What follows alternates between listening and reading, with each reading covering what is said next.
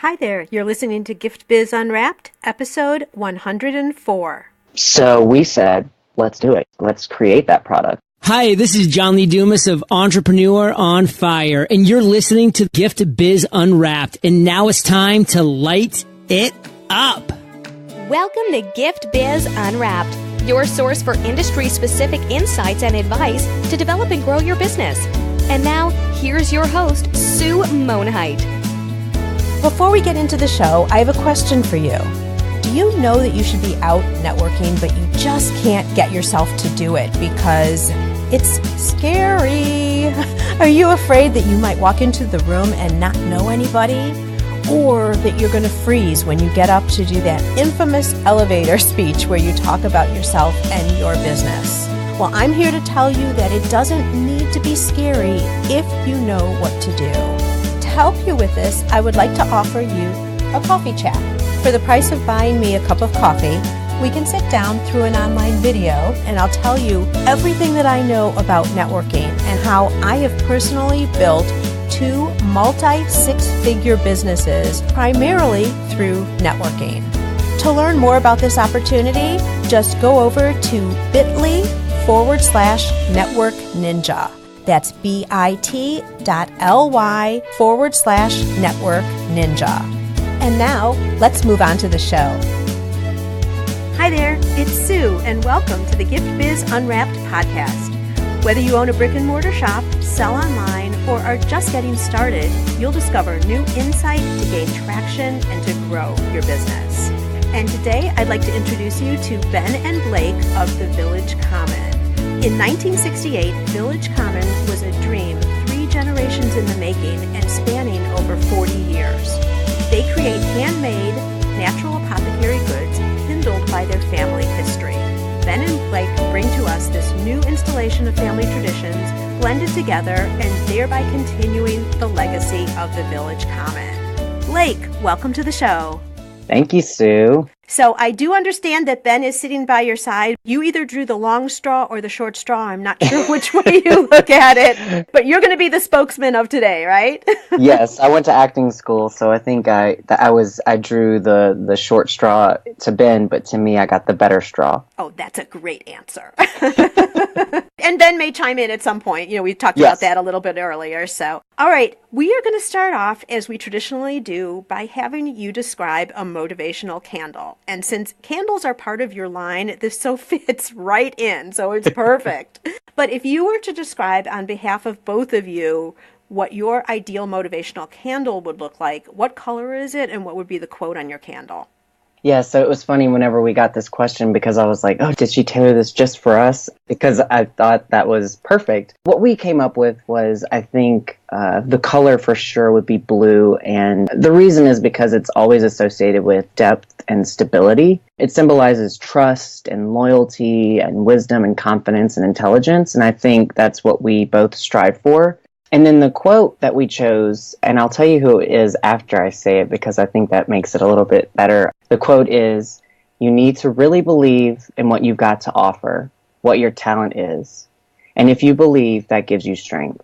And that was said by Miss Dolly Parton, who is a huge inspiration for both of us. And I think that ties in perfectly to what we're trying to do with our brand. And I think for us, it's not only about the candle, but also how it comes. So this hypothetical candle would also have a beautiful packaging and draw you in aesthetically as much as the color and the quote. Mm-hmm. So it's the entire experience. It's not just about the product. It's the whole experience when someone gets it. And I love this quote from Dolly, too, because she certainly models passion for what she does. Absolutely.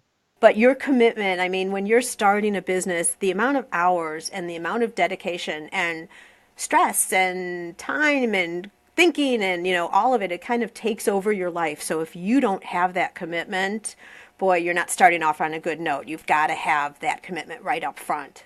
Absolutely. Now, I have to tell you, I've been snooping around on your site, and your website and the Our Story page is like a history book. Oh my gosh. And Gift Biz listeners, you really should go over and read all of this. It's like a history of 1900 retail. Really, really interesting. And for us to cover all of that, it will take a multi-hour podcast. So we're not going to totally go there, but let's try to talk mostly centered on Village Common, but we can't do that without going a little bit backward in history. So give us a little bit of the story. Yeah, so I think what's important to know is people always ask us, in our logo, we have 3 dates, and that's 1968, 1984, and 2014. And what's important to know about that is that Ben's grandmother had a shop called the Village Common in 1968. His mother had one in 84, and then we began our business in 2014. So like you described, our business is rooted in history and reimagining family traditions and the tradition of retail and what that means in 2014 and beyond. So that's where we started. And then on my end, my grandfather had a shop, and it was, I guess, what you would call an early convenience store or bodega in the 50s and 60s and 70s in Louisiana. So when you were younger growing up, you were surrounded by retail and the business profession in that manner. Were you already feeling as you were young that this is something you would get into? Because a lot of people repel what their parents are doing, and it sounds like both you and Ben leaned into it.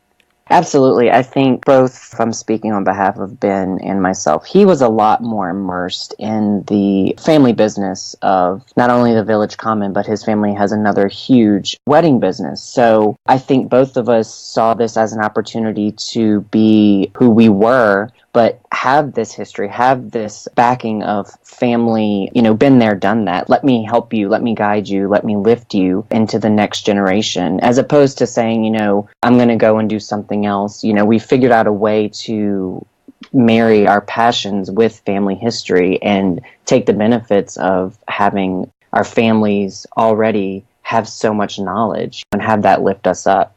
Right, for sure. And it also makes a great story for you because not everybody can say that. Absolutely. It's great stabilization under your brand, if you will.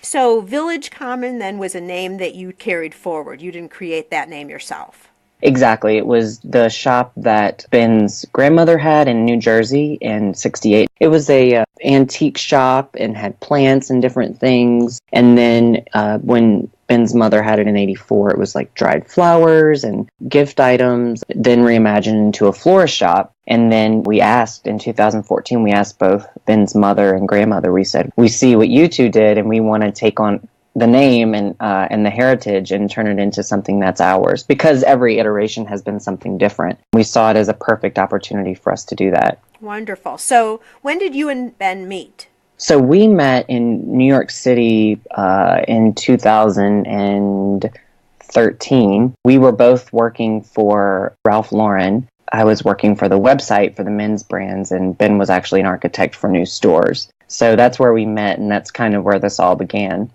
Were you guys just hanging out after work one day and decided, where did the commonality come from and how did that conversation go? Well, it sounds like there might be a story here.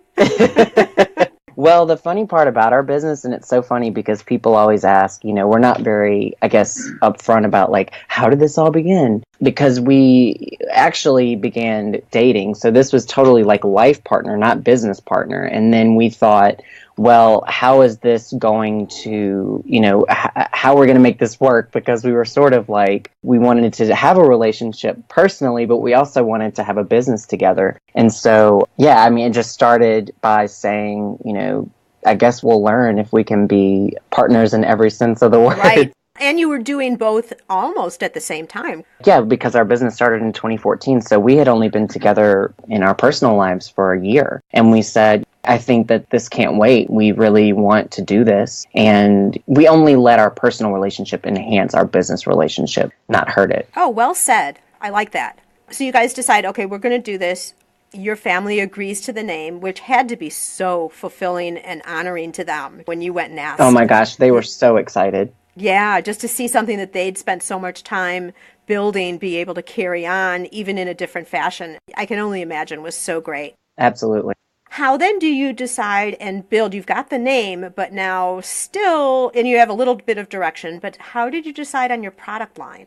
Well, both Ben and I are artists, so we were making things all the time, just out of inspiration. I love music. I write music. I love poetry. I love reading. I love making things with my hands. So I was painting, and I was making candles for friends for Christmas gifts, because the time we were living in New York City, and you got to get crafty because money is not always available. And so that's where kind of the candle started. I said, why not bring this into our business? And Ben was making handbags. So he had been giving those to people as gifts or selling them, on the side just to fulfill that artist part of him. And so all of that coming together is how we got to where, okay, how can we make a lucrative product, or how can we actually make money to continue doing our art? And eventually that turned into candles, and we do carry other products, but that was our start. That was our kickoff, because we know everyone can identify with a candle, but we wanted to make our candle unique. That was the next jump, was how are we going to make this not just like every other candle?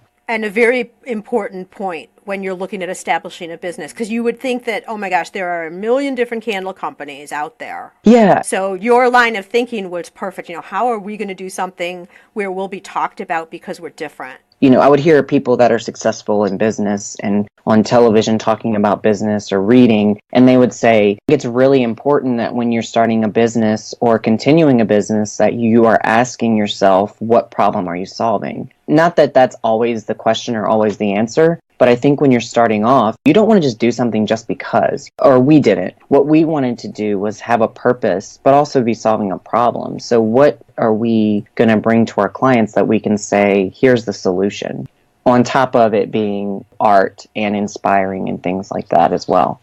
So how did you answer the question, what problem are you solving? Well, we found that in the market, there weren't candles that were exclusively scented by essential oils or, personal fragrances or sprays or anything like that. There are a few, but there weren't very many. I mean, I'm saying we may have found 3 products that carried essential oils in their products, but it was with other things. So it was always ... We wanted to bring a product that had no ... We wanted the product to be straightforward, to be clean, to be non-toxic, and to be safe, and that the client didn't have to worry about what was in their product. And so how do you go about creating something like that? Is that where the family knowledge and all came in? Actually, it's funny because neither of us had the knowledge of using essential oils or, how they worked, and neither did our families. So this was something that we had to learn on our own. We had to really become scientists and experiment with things that we had not really worked with. This is where people and outreach and connecting with other people who were using essential oils, and also, using online services and things like that. So you had to really resource everything and do a lot of testing and figure it out for yourself. Right. And I have to say, to this day, we still evolve our product based on any new knowledge that we receive. You get the same ethos, so we never compromise our product, but we do enhance it if there is a possibility of doing that without compromising. So yeah, we had to completely go out and educate ourselves. And this is the first thing. Once you've had the idea, it's village common. You've landed on the fact that it's going to be candles, and then it's going to be essential oils, right? This is the very first thing you did, was figure out what the vision was, right? Exactly. Okay, and then you're figuring out the product, and obviously that candle has to go into something, so you had to figure out what the container and what the whole look was going to be. I bet you guys had a blast doing that. Oh, it was so much fun. And that was the other thing, like I said, we wanted something that you weren't going to see everywhere. Mm-hmm. So we started off with just a glass jar in a bag with our label at a very different price point than we are right now. And that turned into then being, we would coat the glass in plaster that we sourced from New Mexico. And then now it's turned into, we just completely have a concrete vessel with a lid. And so it's funny to see the evolution, but we've definitely had a blast creating the look of our candles. And I have to say the label falls right in line. I mean, your branding is so spot on. Describe a little bit about what the labels look like. So when you first see the candles, you see color, you see imagery, you see landscape, and that's all inspired by our candles being named after places that inspire us. So the picture that you see in the packaging is a picture of the place it's named after. And when you see the candle, there's writing, there is, like I said, there's color, it's engaging. And that's what we wanted. We wanted something that wasn't just going to be, a brown box on the shelf. We wanted something that was going to draw people into it just by looking at it, not even smelling it or anything like that. Perfect. Okay, and then I'm imagining that you were in charge of the website, right? Since Yes. you've been doing that before, you were the pro on that. Yes. Well, I have to say it was about 50-50. I can't say that I figured it all out, but a lot of it, yes. Yeah, in terms of building it and actually all the mechanics behind it and all. Yes. Okay, and what platform do you have your website on? We use Squarespace and we love it. It's wonderful. Okay, so you're a thumbs up for Squarespace. Absolutely. And then what other types of activities did you have to go through to get the business up and running?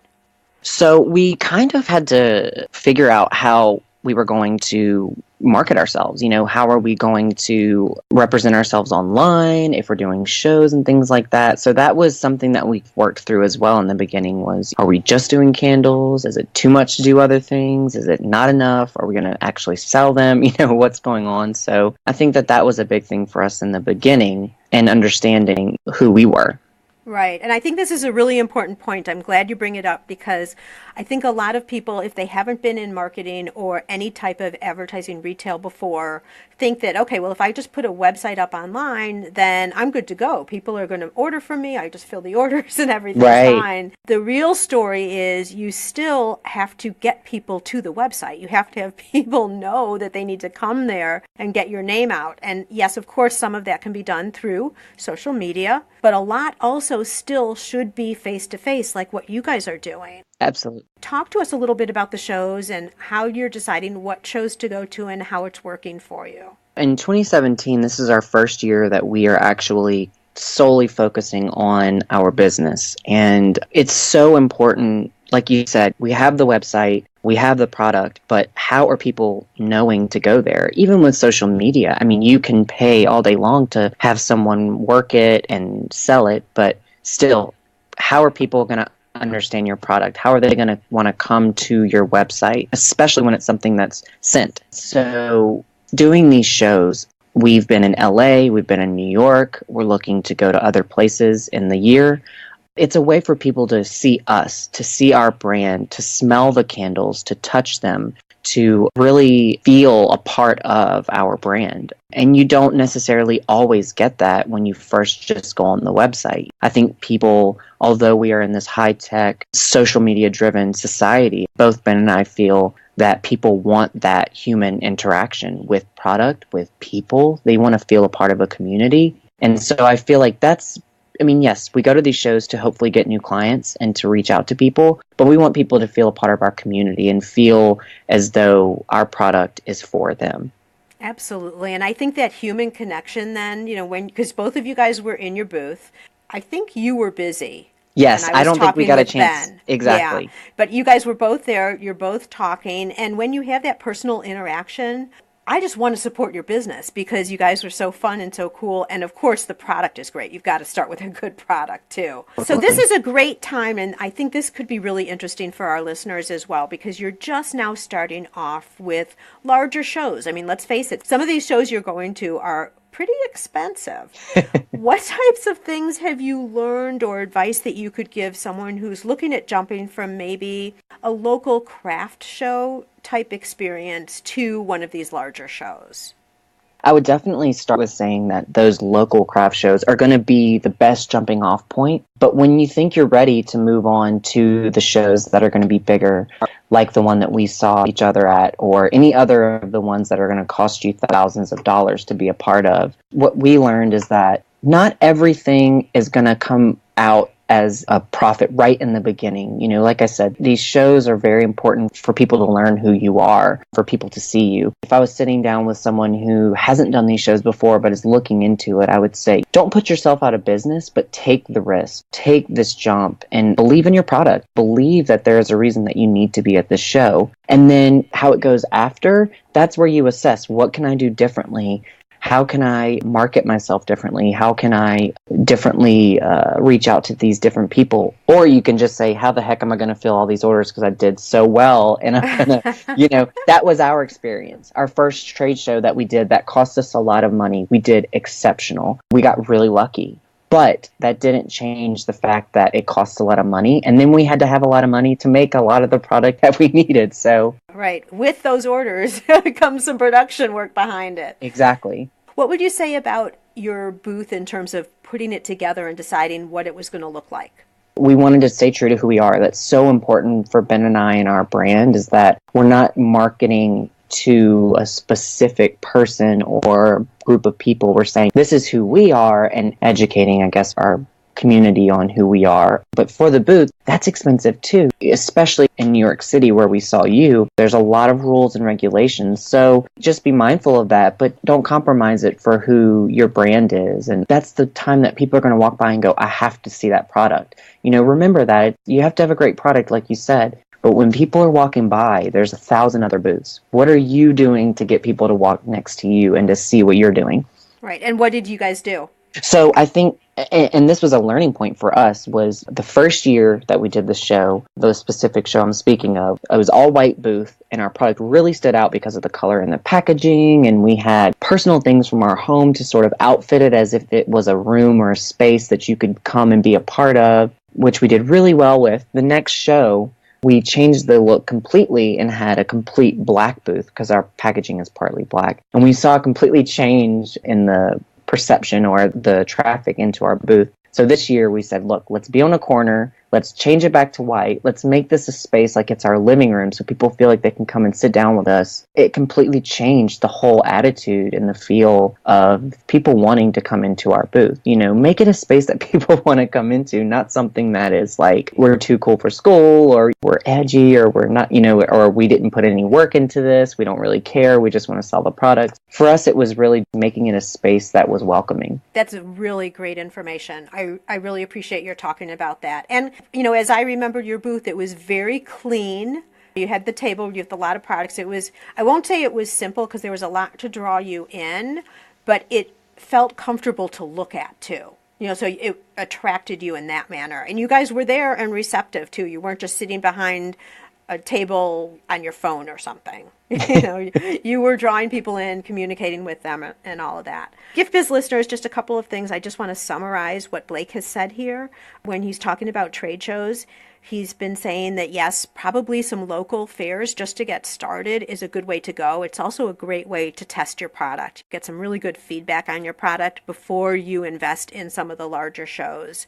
When you get into booth setup, consistency and remaining on brand, if you will, remaining exactly what you stand for and who you are, should roll over to however your displays look and the total booth experience overall.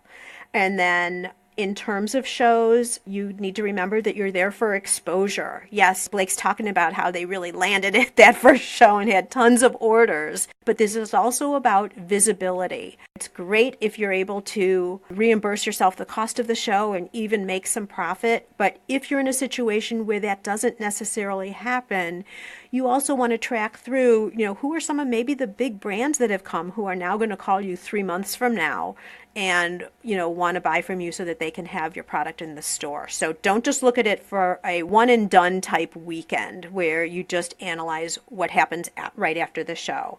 And the final thing that Blake's talking about is then you review the show. Is it something that you should do again next go around? There are plenty of shows out there, and some will resonate with you more than others because you'll have audiences that are more interested in your product. So you always want to review every show. And I would also say, shows get old after a while. There comes a time when maybe a show that was working for you for a long time now isn't bringing in what it once did, and then you switch it up. Absolutely. Let's talk a little bit about a challenge that you guys encountered. You can free reign whichever one you want to pick. I would say that our biggest challenge was figuring out how to fund the stream without really having guidance to start. So we would always hear people talking about investors or talking about business partners and things like that. And we just had no education on this. So figuring all of that out and how to fund that big order that we had from our first show was huge. And then, like I said before too, and so I feel like I'm a little bit repeating ourselves, but it's true. How are we going to market ourselves without changing who we are as a brand? How are we going to roll with the changes that are coming into the retail realm, but also remain true to who we are? I think those two big things are challenges we deal with daily. And I think that other people do too. I don't think that these are unique problems. I think that everyone else can relate to this as well. I definitely think that the biggest challenge, though, is definitely just that pulling your hair out moment when you're like, okay, we have to fulfill these orders for 70 stores. We went from 0 to 70. What are we doing? You know, so. Cash is king, no question about it. Absolutely. Which is a point, because as you're starting out and building a company, there's always new things you want to bring on. Maybe it's you want someone to work with your social media or help you with your blog. Like there's services, and then there's product extensions. And you have to be so careful not to overcommit yourself because you don't know what else is going to come in. I mean, if you clearly found a way to manage through those 70 stores, but what if you didn't? You would have lost that opportunity. Absolutely. Yeah, so people have to be really careful with that. And I also like what you're talking about in terms of, once again, staying on brand. You guys right from the beginning did something so smart, which is really you defined who you were. And that way, anything that comes down the pike that's an opportunity, you can run through that filter and say, you know, does this resonate and does this align with who we are? Problem we solve, why we're here. And it makes it a lot easier then to let some things go because they're not exactly right for what you're doing. Absolutely. Any other advice in terms of a business tip on how you're attracting customers or how you manage customers so that they keep coming back? Really, for us, because we are such a online business, we are driven 100% right now by online. We are opening our first brick and mortar in a few months, but... Whoa, that's so exciting! Oh my Yes. gosh, I can't believe you're just bringing that up now. I know, I forgot. I kind of forgot. But I think a way to stay engaged with your people is understanding who's buying, where are they, what's going on, and following up. You know, we've had people, and I'm not talking about just stores, I'm talking about clients who have purchased multiple times from us, you know, and we better understanding who they're buying for, because if you're buying 12 candles, you're not buying them just for yourself. Maybe you are, but most I of the would be. So understanding how you can better serve them is something that is very difficult because, you know, you don't have a million hours in the day to talk to every client. But reaching out to these people who keep coming back and understanding why helps you better serve the client that maybe isn't. And for stores, you know, stores that maybe haven't reached out in a while, following up with them, is there more product knowledge that we can serve you with? Can we come to the store to do a trunk show or a product presentation? I think being committed is the biggest thing, and that has worked very well for us, resulting in sales through our clients. Let's move now into the reflection section, and this is a look at you and Ben and what you think has helped you to be successful. Is there a natural trait? And I guess I'm just going to stick with you, Blake, unless Ben wants to jump in too. We'll see. He's been awful silent. I know. No. But what natural trait do you have that you've called upon to work through and get to the point where you are today? So when we were both talking about this point, I think the biggest three things that came up for us was that we're go-getters. We don't let what happened yesterday change today or tomorrow. We continue on, and we're motivated. You know, we're motivated and we're ambitious. Starting your business and owning a business just is not for the faint of heart. I have to say, you're under scrutiny 24/7. So calling on that sense of being go-getters, or, you know, waking up and going, how am I going to change my business today for the better, and staying ambitious. Those are three things that really helped us, and not letting anything stop us from fulfilling our dream. You're going to hear no all the time, no matter what you do in life. If you're a business owner, if you're a ballerina, whatever you are, not letting that stop us has completely catapulted us into success. I mean, and we didn't speak about it in the past, but I just wanted to bring it up so that we don't leave it out. Was one of our biggest successes was being chosen as one of Oprah's favorite things. Now, Oh my gosh, how exciting is that? It was amazing, I have to tell you. And it was something like you spoke about in the last segment was the trade shows. That's where we met the contact that got us into giving Oprah our candles. But that didn't come directly from the show. Persistence and staying a go-getter and being motivated and ambitious and not just hearing no and turning around and saying, okay, well, bye, remaining professional and persistent really helped us. And so that's an actual concrete success that we've gotten from these traits that have helped us get where we are today. That is a perfect example of how those types of traits and doing that leads to something that was perfect. Quick question for you on that. How did you handle the sales that being on Oprah's list drove into your business? Again, it's one of those things where I don't believe that we are ever given more than we can handle. And if we are, there's a reason we shouldn't be doing it. But I believe that what helped us get through that, really, and it's funny because we were both working still 9-to-5 jobs. So it was insane. It was very hectic, but we got through it by understanding that this was our next jumping off point. This was such a huge accomplishment for us. We never thought that in 10 years we would get here. We got here in 3 years. So the way we handled it was just understanding that and the weight of having Oprah's favorite things on your list of accomplishments that remained our motivation at midnight when we were burning the oil, midnight oil, and just saying, keep going, keep going. These are one of those moments where you have to realize it's worth it to work those extra hours. This is not one of those times that you want to rest. No, you want to take it and go full force ahead because it isn't going to stay that way forever. So take advantage of the opportunity right when it's there. Exactly. Is there a tool that you two use regularly to keep you productive or to keep balance in your life?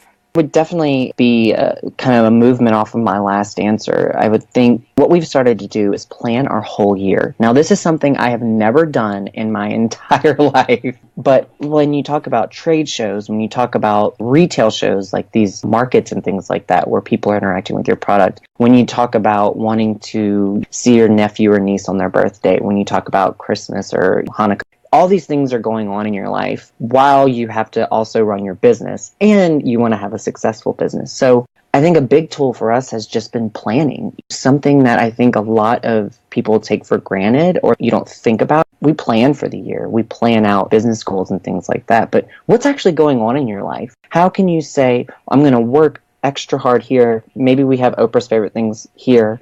And then I'm able to rest here. I think it's so important to have a balance so that you don't burn out or you don't just completely wear yourself thin because you won't have a business after that. Yeah, if you're in it for the long haul, you need to be able to have some of those breaks. You need to be able to get away.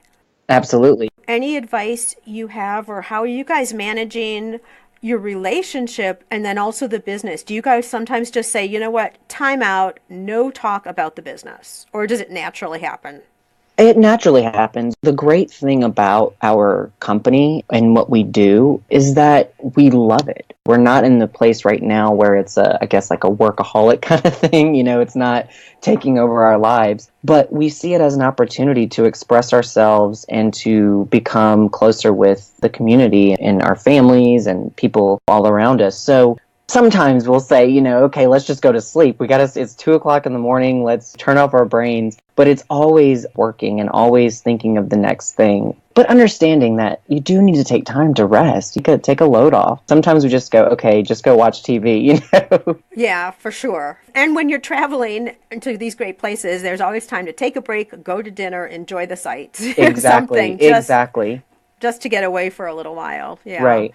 Is there a book that you've read lately that you think our listeners could find value in? Yes, and actually this was Blake. I read the book. Ben hasn't read it yet, but I'm pushing it on him because I really want him to read it. But the latest book from Gloria Steinem, My Life on the Road. I mean, we are probably just inspired by travel. But what I love about Gloria Steinem's book, My Life on the Road, is it's very personal. And it's about how her travels around the world impacted her life and her view of the world. I don't think you have to necessarily agree with her points of view to receive something from her story. What I learned was that the value of being in contact with someone who isn't like me or who doesn't share the same culture that I do, and how that can help open my world, my business, my personal life, everything to a whole new realm that I may have not thought of. When I listen to other people, I'm a lot better off, I find, in my experience. And the book taught me to listen, to understand rather than to respond, to really understand people. And that can translate into your business. How are you understanding your client? So I've really, really enjoyed the book, and I really hope everyone out there listening can find some time to read it. It's a beautiful book. Thank you. Listen to understand, not to respond. That's it great. Wasn't said by me. I don't know who said it, but I heard it and I have not let go of it. It's so true. So awesome. Yeah, you're right. And Gift Biz listeners, just as you're listening to the podcast here today, you can also listen to audiobooks with ease. I've teamed up with Audible for you to be able to get an audiobook, possibly My Life on the Road, not sure, but a book of your choice for free. All you need to do is go to giftbizbook.com. Okay, Blake, it's now your time to dare to dream. I'd like to present you with a virtual gift. It's a magical box containing unlimited possibilities for your future. This is your dream or your goal of almost unreachable heights that you would wish to obtain. Please accept this gift and open it in our presence. What is inside your box? So inside our box is, as you know, as we've talked about this whole podcast, is that our company is completely inspired by family and travel. So I think for both of us, our dream beyond measure would be to just be able to go wherever we wanted, whenever we wanted, however we wanted, with no limitation. Part of that is just to be able to share that with everyone and to have our business be able to support us and our families, I think is a big, big dream for us. And then to share our experience with the world. We want to become a global company. So I think our biggest dream that we opened was just being able to travel and share it. Perfect. All right, so let's pretend I'm handing you an envelope with tickets somewhere. Where are you going? Oh, that's so hard. You got to pick one right now. I'm putting you on the spot. I would probably go back to Italy. We went last year. There's so many other places I want to go, but that place is so special to us. We went to the Amalfi Coast, and it was one of our first times that we took a break from our life in 3 years, and we talk about it every day. It's constantly inspiring us, so we want to go back and get more inspiration. All right. Well, you've just put it out there, so it's going to happen. That's all there is to that. I love the secret. Exactly. All right. So if some of our listeners cannot wait, they want to go to your website or go somewhere to see more about your business, what single online space would you direct somebody to? I would definitely say our website is the first place, thevillagecommon.com, or our Instagram page. It's a little bit more personal, and it's at The Village Common. All right, perfect. And Gift Biz listeners, you know in the show notes page, I'll have those two links repeated, as well as other ways that you can get in touch with them, and pictures and all this fun stuff sitting over there. Blake, and I'm going to say Ben, because I know he's sitting right there. Just say hi, Ben. Will you just say hi? Ben, say hi. Hi. All right. I want to thank you guys so much for agreeing to be on the show. I had walked by your booth, turned around, got more information about your business, saw the product, smelled everything. I'm like, oh, I so hope that they'll agree to be on the show. So thank you so much for doing that. Such an interesting story. I mean, you're still a new company, but you've done so many things well that you're catapulting already in terms of your business growth. Oprah's favorite thing, and now you're opening your new retail shop. Super exciting, and may your candle always burn bright. Thank you so much, Sue. It's really, truly been such an honor to be on your podcast. Seriously, we are so grateful for the time that you allotted us here. Thank you. Where are you in your business building journey? Whether you're just starting out or already running a business, and you want to know you're set up for success, find out by taking the Gift Biz quiz. Access the quiz from your computer at bit.ly/giftbizquiz or from your phone by texting Gift Biz Quiz to 44222. Thanks for listening, and be sure to join us for the next episode. Today's show is sponsored by the Ribbon Print Company. Looking for a new income source for your gift business? Customization is more popular now than ever. Brand your products with your logo, or print a Happy Birthday Jessica ribbon to add to a gift right at checkout. It's all done right in your shop or craft studio in seconds. Check out theribbonprintcompany.com for more information. After you listen to the show, if you like what you're hearing, make sure to jump over and subscribe to the show on iTunes. That way you'll automatically get the newest episodes when they go live. And thank you to those who have already left a rating and review. By subscribing, rating, and reviewing, you help to increase the visibility of Gift Biz Unwrapped. It's a great way to pay it forward to help others with their entrepreneurial journey as well.